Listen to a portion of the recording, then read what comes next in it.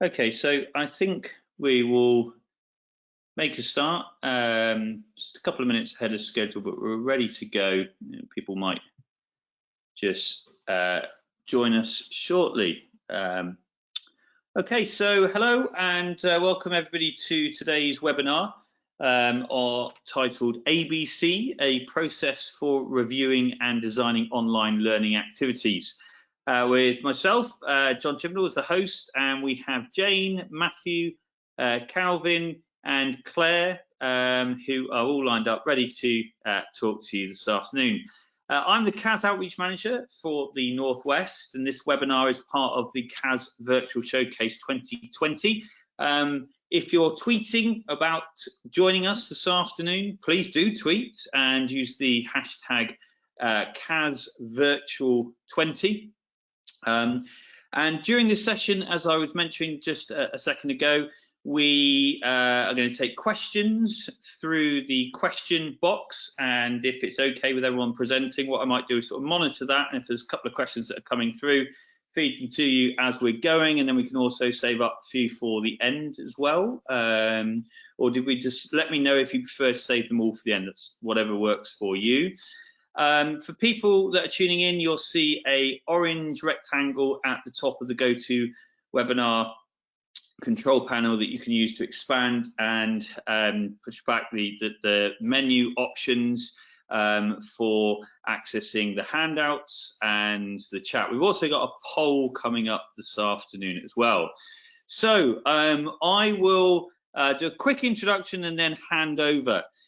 So, as I said, we've got Jane Waite joining us from Queen Mary University of London this afternoon. We've got Matthew Wimpenny-Smith, who I didn't catch. Matthew, I'm so sorry, I didn't quite catch your school, so I'm going to let you do your introduction. Claire Buckler is from Devonport High School for Boys in Devon. And apologies to anyone tuning in expecting Calvin Harris this afternoon. We don't have Calvin Harris. That was a mistake on Jane's part with her tweeting and tagging.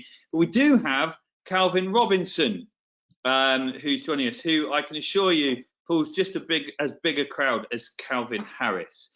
So, right, brilliant. We've got loads of us in here now. So I am going to take Jane off of mute, and I am going to hand over and say, would you like to start us off this afternoon, Jane?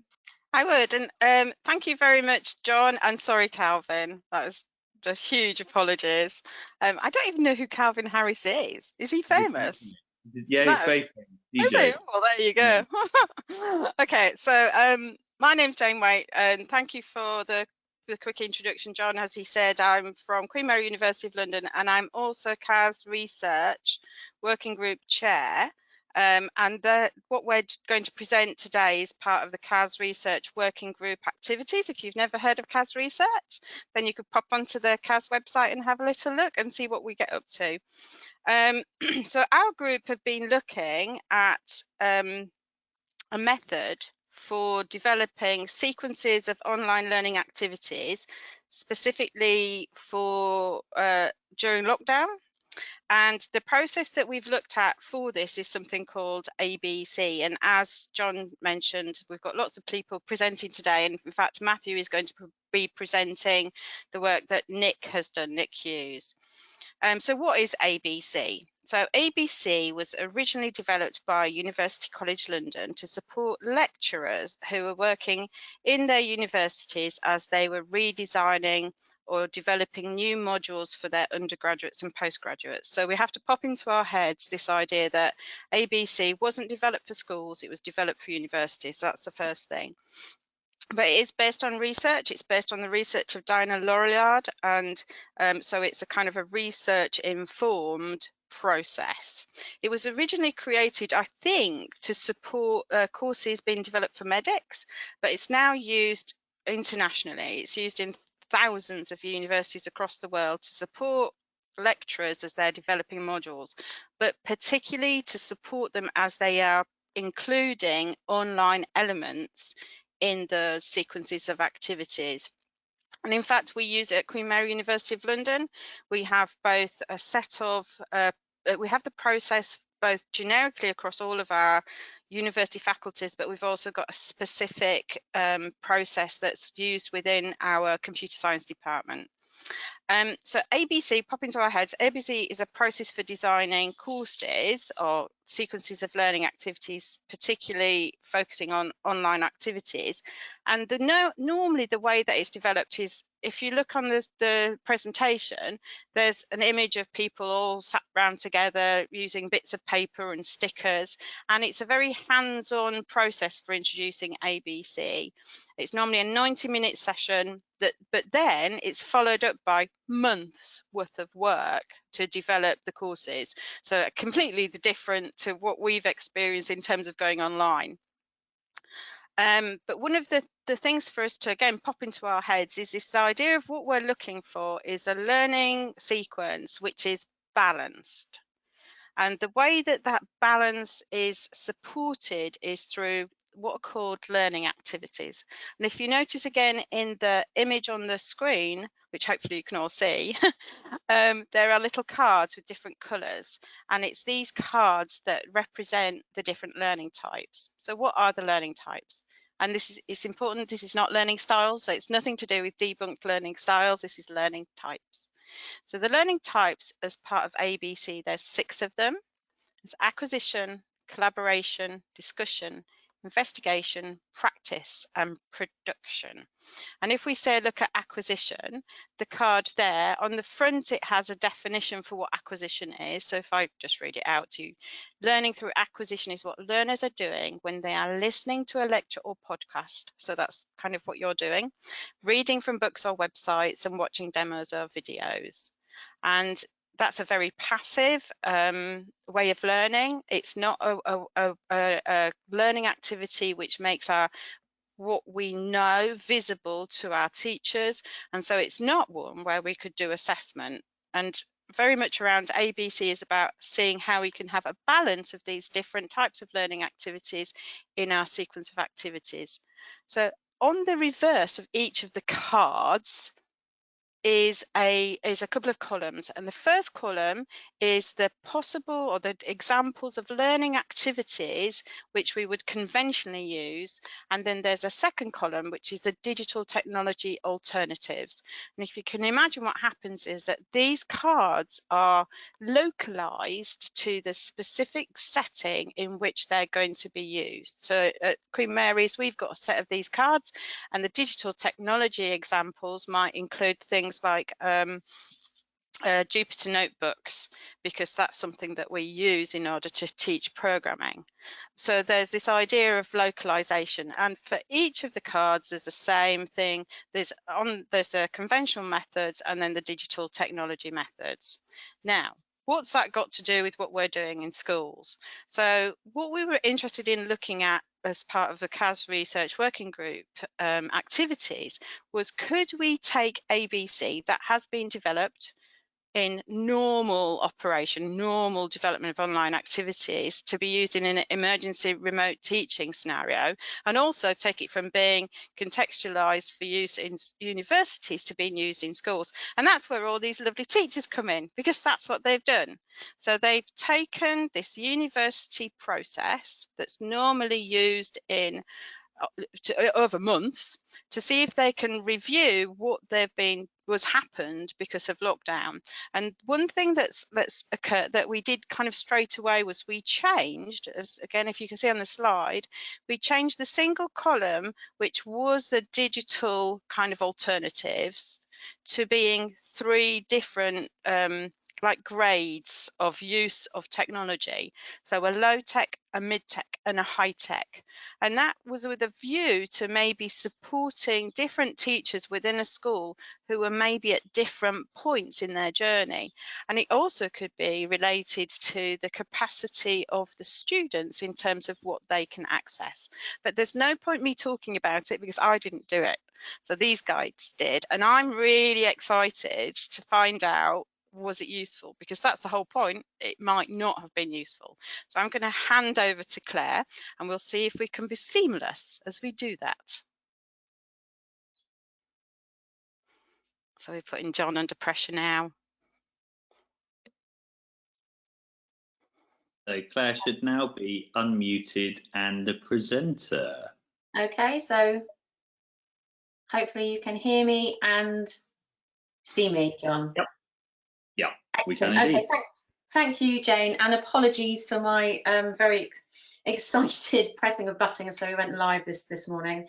So just before I talk about how I and other people work with these cards, I just want to give a little bit of context. So I work at Devonport High School for Boys, which is a selective boys grammar in Devon, where I teach computer science, but I am also in charge of our move to being cloudless. So basically, we've been a Google reference school for a little while, but we are moving everything up into the cloud. And as part of my role there, I look at training all staff and student in sort of getting better with working with technology. So a little bit about the school.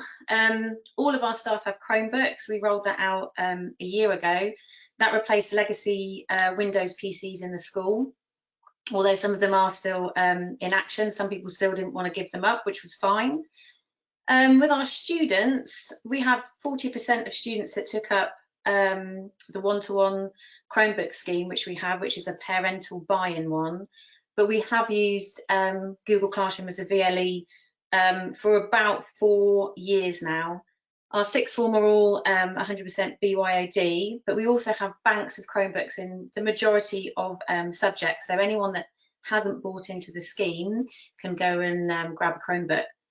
Since closure, we've rolled those for anyone that didn't have a device or was struggling with a shared device. We've actually driven out and given students Chromebooks as well. So pre-COVID, so before we went into our emergency remote teaching, I would say that as a school, as a staff body, we were comfortable with using Google Classroom, and we were using the document sharing and the G Suite environment quite well, although we didn't have any consistency across the departments. And when we rolled out our new Chromebooks, some staff were phenomenal in what they did, and others were still kind of clinging on to their, should we say, their PC in the classroom. So, you know, we did have some issues, but I think it's fair to say, and for the context of these cards that I'm about to present, that we're actually in a really good position when we closed the school and went into emergency remote teaching. And at that point, I think it was 2 weeks before Easter, we really were in an emergency. We were just kind of setting cover like we would do if we were off, while we thought about what we wanted to do.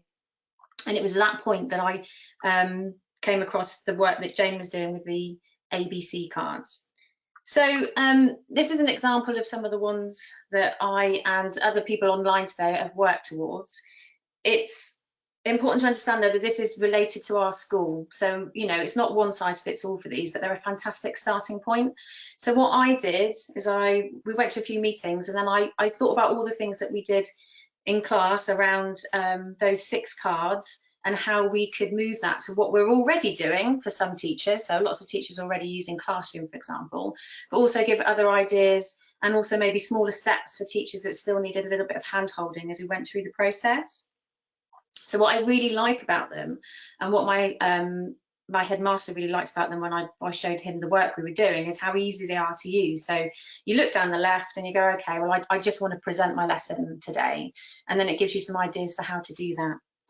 The ones that I did for DHSB have all got links to video tutorials. So we were already producing lots of videos for teachers working from home. So it gave me a great structure to order those. So instead of just thinking about what I might need, I set about doing the cards first. And then each of these would be linked to a video tutorial which our teachers can have a look. On a personal level, I found them really helpful because it made me realise that actually my teaching wasn't balanced across these 6 areas, and I was often reverting back to stuff that was just comfortable. So what I've done now is sort of looked at all the other things that I could be doing in relation to these 6 cards, and that's been really useful. So I'm not going to talk you through all the cards. They are available on CAS. I just wanted to point out again that they do all feed around Google, because we are a Google school. This is our acquisition and discussion. Collaboration and investigation ones. They're slightly larger now, actually. I've added a couple of things in. And then production and practice. It's worth saying that whilst they've been super useful for organising sort of how we were doing our teaching, and really I think now we are remote teaching, we're not in that emergency phase anymore. We did find that the cards on their own can be they were overwhelming for some staff that, you know, they'd avoided the change before and actually they didn't really know what they were doing. So what we've done is we've taken this and we've made a specific 4-part lesson where we have suggested the bits from these cards that the teachers can use. So for example, from acquisition, we do a recorded lesson. It's not a whole lesson, it's normally an introduction to the topic, and it can be live or it can be recorded and posted. We didn't mind, we didn't specify. From discussion, we use the Google Chat facility so that they can ask the teacher a question after the work has been posted, and we have scheduled slots where teachers will be online. For collaboration, we stick with Google Chat. Obviously, Google Docs has got its collaboration built into it, and also making sure that they've got Classroom available to ask questions on. Investigation, we've limited teachers to just putting the slides that the links, that we want into slides. Production, everything that they produce gets uploaded to Google Classroom, and the same with practice. But you know, it's important to say that that was just for teachers that needed a little bit of hand-holding, and anyone else has got full access to these cards and they can have a look to see how else that they might want to progress in their kind of journey that they're going on. Obviously there's some caveats to this. I mean, not all schools I know are happy with video lessons, for example, and we've had to make sure that all 6 of the cards fit in with our own guidelines around safeguarding, and every school is different, but they've just been such a great starting place.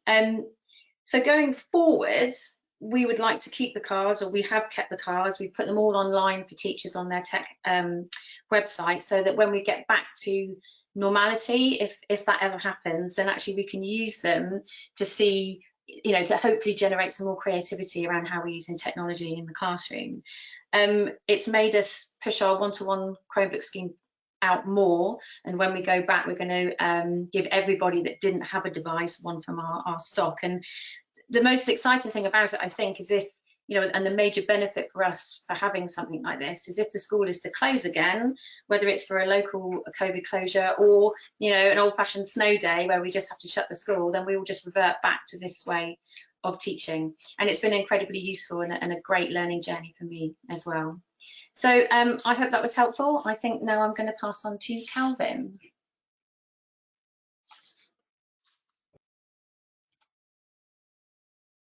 Thank you very much, Claire. Let's see if I can seamlessly transition onto my screen. You should be presenter now, Calvin. Yeah, I am. Sorry, it's just choosing. It says monitor 1, monitor 2, monitor 3. I don't know which one's which. Hold up. I'm just showing off now. Can you see my problem? Is it broadcasting now? Yep. Okay, great. You can see the browser and everything. Yep, you can see the browser. Can you just make it a little bit bigger or go to present mode so we can see things a little bit clearer? Brilliant. That's perfect. Okay. There we go. Great.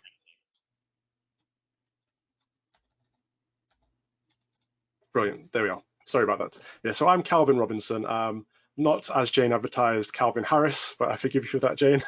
That's happened once or twice before. I remember he once did a stage invasion of the X Factor when Jedward was on back in the day, and people started coming up to me in the street and in industry events saying, Calvin, I've heard about what happened. What was that about at the X Factor? I was like, no, that's it's a different Calvin. There's more than one of us, so it's happened before.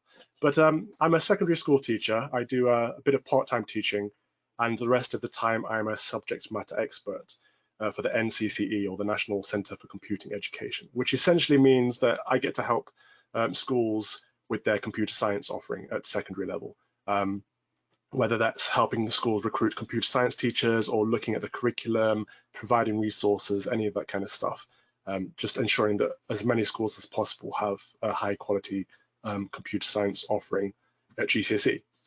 So when I came to look at this ABC toolset, I was kind of thinking, first of all, how could I use it as a teacher myself? And then I mean, in the second instance, how could I share this with the schools that I work with, and could it be useful in both instances? So taking a look at one of the slides that I worked on, switched tabs momentarily. There we go. This is very much for my personal context. So this is bearing in mind I've come from a school where we were very, technology orientated, very similar to what Claire's just discussed. In that everyone had Chromebooks, whether it's staff or students, and we did a lot of Google Classroom work already. That was our homework platform. And recently I've moved to a school that's not necessarily got technology vision and don't really do things online. So that was interesting for me in that entering this COVID lockdown situation, how do we take work online if A, teachers aren't familiar with the platforms, and B, students have never used them before? So that's why I particularly liked that we broke this down into 3 columns. So the low tech, the mid tech, and the high tech. High tech is essentially things that I would like to do, or that I think are the best approach at using technology to its fullest, whereas low tech would be the end that if you don't necessarily have access to technology and or are uncomfortable with it, you can still progress with the lessons. So if we take a look on the left here, I've identified a range of activities that I find are most common to my lessons. So for example, if I'm teaching a lesson on HTML or CSS, there will be an aspect there that the students have to do some coding. And this is all based, by the way, on the production card, which is essentially the doing things, the tasks. So they will have already gone through acquisition. At some point, I would have talked to them about programming, about HTML and things. So this is the actual getting on with the work. So I've identified the activities, and then we looked at also the assessment side of things. So is there an opportunity for teacher or peer or independent assessment based on the activities that we're doing? So for this example here, HTML, on a low tech setup, the most basic option would be, using pen and paper, write out a piece of HTML, including the tags that we've talked about in lessons. So whether image tag, bold, heading 1, whatever it is, and take a photograph of that work, send it back to the teacher. That's the most basic low tech option. And then on the higher end, we're using tools such as Repellit, and we've always identified which tools we're using, such as Repellit, where you can interactively do the code online. The teacher can leave a comment or leave some real-time feedback, and then the student can improve the work based on that feedback. And likewise, for all the tasks, they're all very similar in this aspect, in that we've identified the activity, what kind of feedback can be given, and for example, here's a collaborative peer one. So how can we look at doing peer and or parent supported programming tasks from home? So looking at taking worksheets home or sending worksheets out to students, and or if they have access to textbooks, using those. And usually in the low tech column comes back to emailing or sending photographs of the work back to whoever you're working with, in this case peer or parents. Whereas on the high tech end, it will be something collaborative, such as Google Docs or using Google Chat, or the Vbox tool that's very popular with remote learning at the moment. So I hoped that this would be useful, not just in my context, but some of the schools that I've worked with. And like I say, some of them are really on the advanced end and doing great things with Google Classroom and Microsoft Teams and all that already. And some of them are at the beginning stages of using technology. So we kind of panicked when we went into lockdown. And I'm pleased that this has been of some use to other people, not just myself, because it is very subject specific, obviously, as in it's computer science for the secondary phase. So it was all about translating those traditional teaching and learning activities into remote learning resources, and then always making sure we provide links to the higher tech and the mid-tech resources, and providing options where possible. So obviously, some teachers will be more familiar with some of these platforms than others, and hopefully that balances out there. Also keeping in mind that this is an example. So as teachers become more comfortable with the ABC card system, they no doubt want to build their own cards and probably build that into their schemes of work. But this is like this is a starting point, something to get on with, especially at the start of lockdown. But even if after lockdown we enter some kind of hybrid teaching stage where we've got part class-based teaching and learning and part remote teaching and learning, hopefully by having a real life example that they can hit the ground running with, it will help people become familiar with the cards so that they can then develop them, or adapt them, or create their own from scratch. So that's how I find it useful myself. Going forward, I'll probably create a whole range of these examples that, again, that I would use in my own setting that hopefully other people would be able to use, not just a production one, but all specific to my subject in secondary computer science. I think I really enjoyed the CAS research group as well, because I'm not particularly one of those teachers that enjoys sitting groups with pen and paper and whiteboard paper and marker pens. When I go on a CPD event and they pull out the whiteboard markers, I cringe. I hate it. It's just, you know, my learning style doesn't suit that. Not to get into learning styles too much, but so I really enjoyed the collaborative environment with Jane and Matthew and Claire and some of the others that joined, that was all online and very interactive, still collaborative, but it was, you know, based around technology and none of that pen and paper stuff and all messy things that affect my OCD. So quite enjoyed these CAS research groups in that aspect, and I hope they'll continue and more people will jump on board with those, because it's a good way of making it relevant. Like I say, it's hands-on, but in a different way. So yeah, I find it very useful, and some of the schools that I've worked with have found it quite useful. And these are all shared on the CAS community website. And as I develop more example cards, I'll continue to put them up there, so people are welcome to help yourselves to them if you do want to have a go at adapting one yourself. So that is me, unless anyone's got any questions. So there is a question come through actually, Calvin, just as it came through, you were answering it, just in terms of can people get hold of these wonderful cards that you have put together. Just as we move on to Matthew, would you be able to find a link to that resource? Because you're saying that they are on the community, CAS community website, and then we can pop that in the chat for everyone, if that's okay. Yeah, it's a good idea, John. Jane's put a really good page together that's got links to all of our cards, so I'll find that one and pop that in the chat. Awesome, that's great, thank you. So I'll switch over to Matthew, and I will, Matthew, you are now presenter, and you just need to come onto the mic, which you've done. Yeah, hi everybody. Right, let me present my screen here for a second. Right. Just while you're doing that, I'll just say to everyone as well, the other questions that are coming through, I can see them, there's great questions coming through. I'm just keeping them, storing them up, and we'll put them to everyone at the end. Okay, can you see my screen, John? Can indeed, yeah, go for it. Great. All right, let's go for it. So my name's Matthew Wimperney-Smith, and my role at Headington School in Oxford is Leader of Digital Strategy, but I'm also Computing Subject Leader for the Prep School. We're a 3 to 18 through school, independent girls' school, and I work in the prep side of the school, and I work alongside my senior school colleagues as well. So I've been approaching this from a prep school or primary school perspective, really. And then alongside that, I'm also the sort of primary hub lead for the Bucks and Oxford Computing Hub. So at primary, it's again, at primary is really interesting. So we are also a Google school like Claire. We've been at Google School since 2012, and so we were embedding quite a lot of this stuff already in terms of our teachers using the Google Apps for Education and starting to use Google Classroom and things like that. We also use something called Seesaw as well, which is a learning journal app that we also buy into as well, and we primarily use that for the younger years because it's really accessible to them. And so the cards were a great idea. And the way they kind of came up was brilliant. So I think it was an excellent way to help teachers to plan their remote education, especially at primary level. I think from primary perspective, it's not so much in the subject of computing, but maybe looking across the core subjects. So working through those core subjects of English and maths, and kind of how they could be converted across to this sort of remote way of learning, which we've done lots of. And we're currently, at the moment, we're doing synchronous teaching and asynchronous, and moving towards this hybrid model with all these different, with Google Classroom and Seesaw as our platforms. So they're very much, the cards are very much tailored to that as well.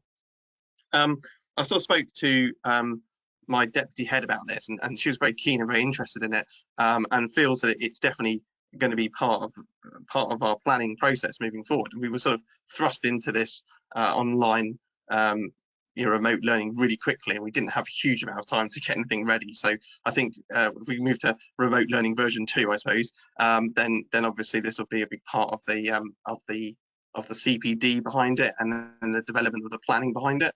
And that's why I put in there about adding it to medium-term planning as part of digital literacy. So we kind of wanted to incorporate it as opposed to a sort of extra thing for teachers to do, that actually becomes part of the planning process as they plan for the autumn term.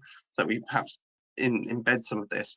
I think possibly we're going to, well, hopefully we're going to do a CPD session for our teaching staff, possibly in the autumn term, you know, whilst things are a bit more relaxed. And then if we go into a second spike of the pandemic and we go back into full remote again, then we'll be ready to go, sort of thing. So it's part of a strategic plan, I suppose. And I suppose that kind of links it to how it's, again, part of perhaps a flipped learning approach and pedagogy. So I think they're great, and I think they plug in to other things as well. So I started to talk about SAMR and TPAC with the staff of my school. For those who don't know, SAMR is where you substitute work or augment it, and you adapt work. So it's a similar sort of process. You're adapting it for different delivery, I suppose. And TPAC is about that integration of technology that we were getting to. So we were doing development on that at school before lockdown, and alongside building learning power, which was another part of the thing that we were trying to develop as well. And that's where these cards come in, because interestingly, the cards, our remote learning is very much focused on acquisition and production, whereas the cards will help us to think a bit more about collaboration and investigation, and more of those learning power things that we were trying to build before we went into lockdown in a traditional classroom sense. So I think it's going to help people to really think about that, and that connected to the flipped learning approach is going to be very important, I think, with this. So I think the model works really well, and it can be easily adapted to primary, definitely. We did need to think a bit more, perhaps a little bit more, about the safeguarding aspects. So something that we have done, obviously, is that all of our Google Meets that we do synchronously are all recorded, or we've had, when we've had to have one-to-one with pupils, then there would be another teacher in that Google Meet. So those sorts of restrictions could be put on the card, if you see what I mean. So you could put some nuances on the card about, you know, if you choose this activity, then this is the high tech, mid tech, and low tech, and this is the thing you have to think about at those different levels. So, you know, thinking about the safeguarding aspect of that, and how you can manage that, especially with younger children. We also had restrictions. So we knew, for example, that we've got some, you know, some of our children, their parents were blocking things like YouTube and other platforms. They were blocking them at home. So we had to ask some parents to release some of those restrictions, and we told them why and stuff like that. So there were, you know, at secondary to primary is a slightly different aspect, isn't there? So the children are much more controlled by their parents as well at primary. So with the very young children, we had a lot of parental engagement. We do have a lot of parental engagement as well, and so there was elements that the parents could get involved in, as you know, within the cards too. So depending on what you choose in your tech or your activity, you might have to adapt it depending on the access to technology and whether the parents are there or not there, and those sorts of things. So all sorts of things come into play there. The other thing that would be good, I suppose, moving forward, is if we had an idea of what devices all the children were accessing. So, you know, we moved very quickly into this situation, and we weren't sure, you know, we didn't really do a survey or anything like that about what sort of devices they were accessing. But I think moving forward, if we could do a survey and find out what they have access to, what's the primary device. Now, you know, obviously, being a Google school, it's pretty much agnostic, but you do need to know about that for adapting some of the activities for your cards. So so having an idea of what the standard device was would be quite useful, or roughly useful. And then I suppose that fits into the variables to manage. So access to the technology, you know, what access do they have, what device they're using, we're talking about that, and restrictions, I've spoken about that as well. So yeah, and the age of the learner. So those are our sort of variables to sort of manage, really, from that perspective. I was having another think about it as well, and I'm thinking about AFL, and we'll talk about that in a minute. So one of the challenges, but I was also thinking about Bloom's taxonomy as well. So some other aspect of these cards, you know, you've got the activity and then the high, the medium and the low tech, but then you might want to think about how Bloom's maps into that, and possibly that maps into the flipped learning approach. But that's just a question really that I had for myself and for others, obviously. So it's just, yeah, thinking about those sorts of things. Let's just go on to the next slide. So we basically I've been working on production card and acquisition and the various cards, but haven't done the investigation card yet. But we'll be looking to do that. And I was thinking about it. You can see there's only a little screenshot here, but I was thinking about it from the subject, from sort of maths and English perspective.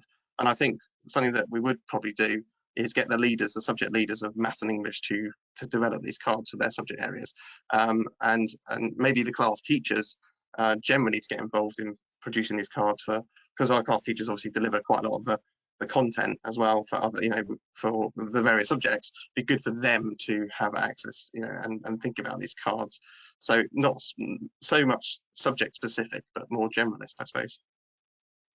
And out of the cards, when we were thinking about the cards, out of them, the collaboration and discussion cards were pretty much were the tricky ones, I suppose, to think about, you know, how can you get collaboration going effectively in a Google Classroom environment. So I spoke to my deputy head about this, and she had a go at doing it. Actually, it was quite interesting. So she had a look at the card, and then she had a go, and their topic at the moment is ancient Egyptians, and so she created this whole activity where they had to be Howard Carter and go back into the discovery of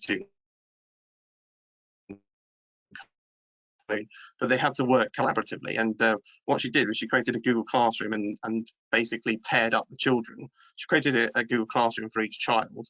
And then for each sort of group of children, I think it was small groups of 3 or 4, created a Google Classroom for them. They then connected to that. And then in there was the specific activity for them. And they had a shared document, which they had to then work together in. And they worked together in on that shared document. And then she brought them into a synchronous session where they presented back that shared document to the rest of the group. And then they went back out to a non-synchronous session, did more work on it. So that was a kind of flow through. So I think, you know, it's thinking about the workflow as well through a activity. And these cards can help you to think about that workflow as well. So yeah, it's interesting.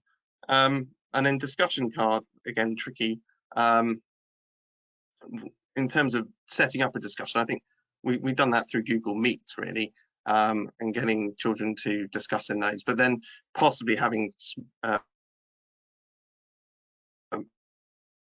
Google Meets with smaller groups of children so that they can have like breakout sessions effectively, and the teacher going between those breakout sessions. And maybe, and what has happened actually was the parallel teachers would also be involved in that, so they could monitor those discussions across. So, so that was quite interesting as well. So it started taking on board. It's just developing it further. Obviously, making the learning process visible is another aspect of this. And again, it's probably something that you might want to put into the cards. You know, how is it going to show the learning process? How's it going to make that visible? Maybe something else to put in there. And then AFL. So how would the AFL work? So obviously with certain cards, it's easier. With that collaboration activity, the assessment for learning there would be, you know, it would probably be at the end summative, but it's how you get the formative. I suppose you could go into the shared documents and look at the shared documents. So that's something about. So what I found is lots of activities are quite time consuming to set up initially, but once they're set up, then they're easy to reuse. And I think we're going to have this huge bank of resources that are on Google that we can use time and time again. So initially it takes time to set it up, and then once it's all set up, then obviously we're going to have this bank of really useful. And then Matthew, the scale is Matthew, sorry interrupt. You're cutting in and out a little bit there.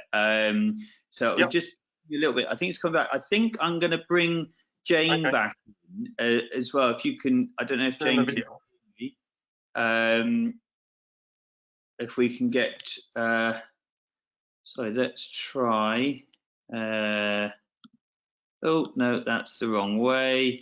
Unmute Jane, and then Jane, you're going to have to put yourself back onto the mic from your end, I think. If you can do that. Yes, you're back, I think. Back. So yeah. I'm just going to quickly finish off. Can you see my screen now?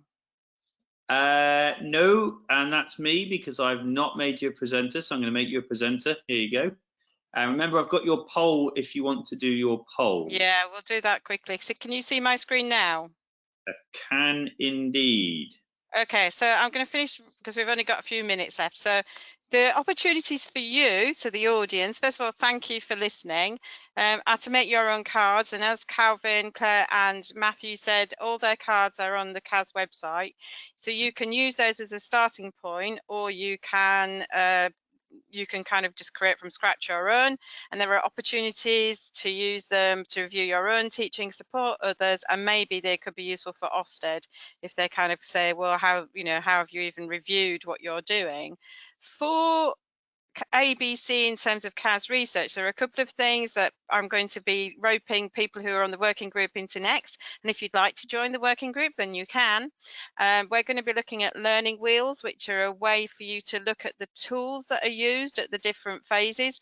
There's a big scary learning wheel at the top, if you can see that, which is this idea that actually that's all the tools that you could use, so no wonder it's overwhelming.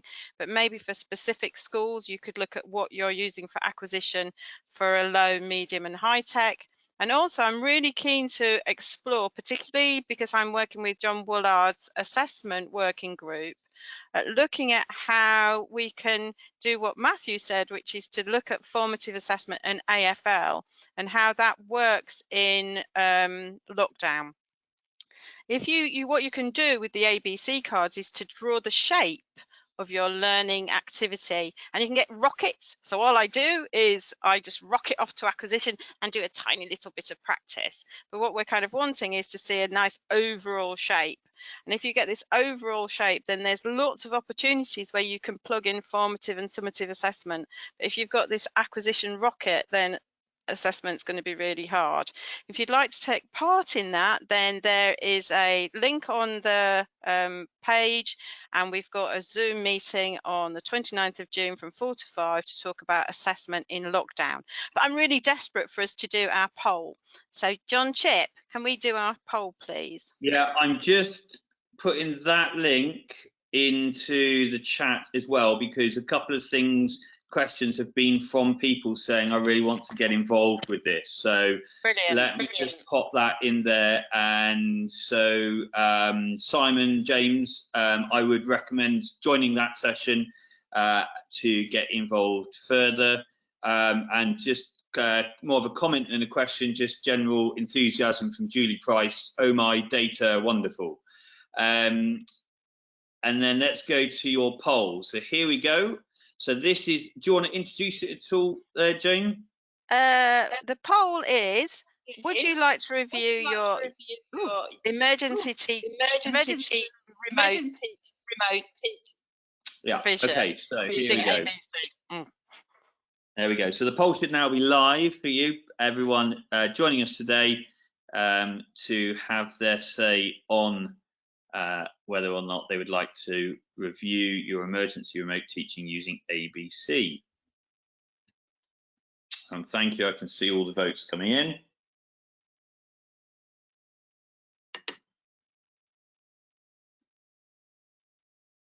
Let's give it another 15 seconds or so.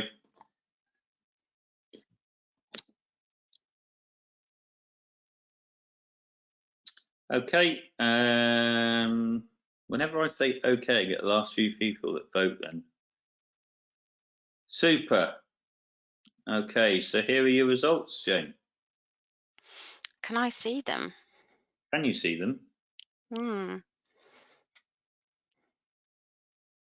So I think, is it saying that we've got a few people who are not keen on ABC, and it's not quite useful, which is fine, but we've got people who are busy, but it looks like we're interested in maybe having a CAS community, kind of CAS in a box, which I'm kind of looking at doing. So we'll create some kind of CAS in a box type thing for communities, and I'm running a CPD course on it, and some of you are going to come to the assessment working group, so that's even better. So I suppose the thing is, it's time to finish, but thank you. My big thank is to the teachers who've taken part, you know, to Claire, Calvin, Matthew, and not Calvin Harris, Calvin Robinson, and also to Nick Hughes, because he did lots of work on the primary cards as well. They're all there for you to use, and please do get involved with CAS research and CAS assessment working groups, because you know, it's great fun. As Calvin said, it's a good thing to do. Has anyone got anything else to ask or say? So most of the questions are actually, so there's lots of people saying thank you coming through now on the questions. The only question we didn't get to, I think, was covered off actually anyway, from Neil Rickus around how it fits with the SAMR model, which Matthew talked about. So I think we've covered everything that came through, but people can always join you at your other sessions and engage further in the future, Jane, if that's okay. So I'll just finish off by saying thank you to all of our presenters, and thank you for joining us for this webinar, which is part of the CAS Virtual Showcase. As we finish this, there will be a short evaluation. Please do stay on for a couple of minutes and fill that in for us. And in a week or so's time, you will get a CPD certificate of attendance at this session as well. And if you've enjoyed it and want to share and keep the conversation going on Twitter, then use the hashtag CAS Virtual 20. Okay, have a lovely day, everybody, and I hope to see you in some more of the sessions over the next 2 weeks as part of the CAS Virtual Showcase. Thanks so much. Bye for now.